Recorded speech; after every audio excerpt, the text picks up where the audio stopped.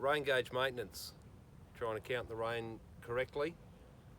There's really only a couple of things you need to do.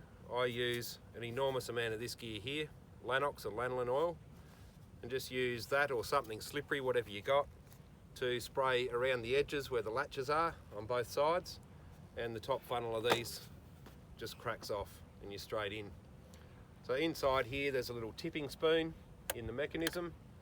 Every time that tips it counts 0.2 mils for the rain.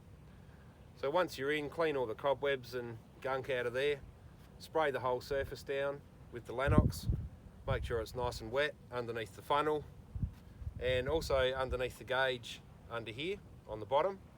Just helps to keep the spiders out for a lot longer, keeps them free. On the inside, little screen that's in there, that just clicks out. Clean it all out, get all the grass and beetles and things out if you haven't cleaned it for a while.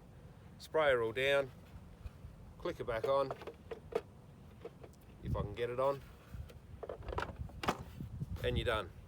Good on you guys.